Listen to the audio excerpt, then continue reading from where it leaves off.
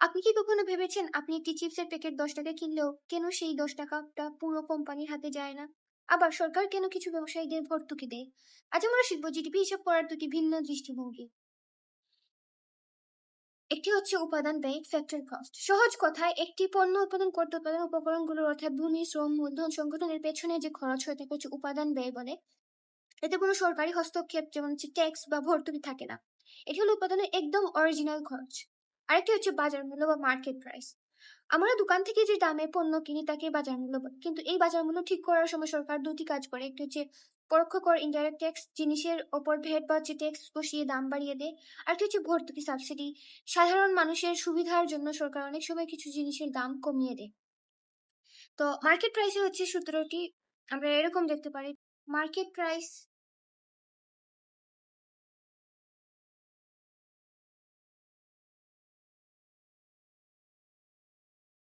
MP equals to factor cost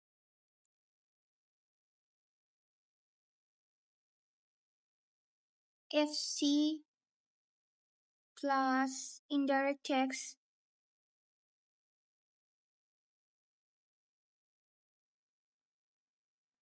IT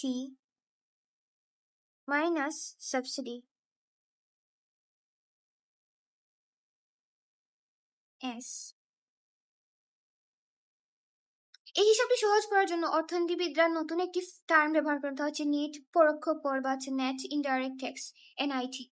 so এইটাকে NIT কে হচ্ছে আমরা এরকম দেখতে পারি।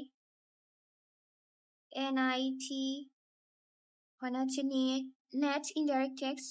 ইনডাইরেক্ট ট্যাক্স থেকে যদি আমরা সাবসিডি বাদ দিই তাহলে হচ্ছে এটা পাই। এই তো খেয়াল করে দেখতে পারবো এই অংশটুকুই হচ্ছে NIT। ওই যে NIT।